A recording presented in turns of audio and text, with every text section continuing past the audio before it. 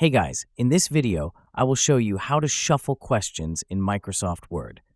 Alright, so let's begin with the video. Firstly, let's launch Microsoft Word. After launching Microsoft Word, you'll be greeted with the Word home screen. Here, you can either click on Blank Document to start fresh, or open a recent document if your questions are already drafted. Now comes to the shuffling the questions. Assuming your questions are already listed in a document, most likely structured in a list or table, let's proceed to shuffle them. Our method involves manually cutting and pasting the questions to reorder them.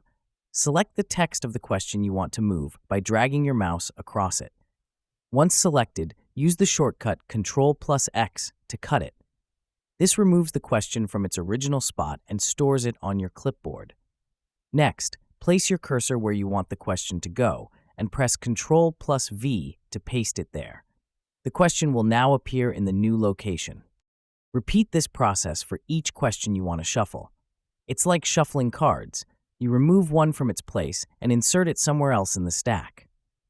This method gives you full control over the arrangement, letting you tailor the shuffle to your needs. And that's it. So that is how you can shuffle questions in Microsoft Word. So that's all for this video. Thanks.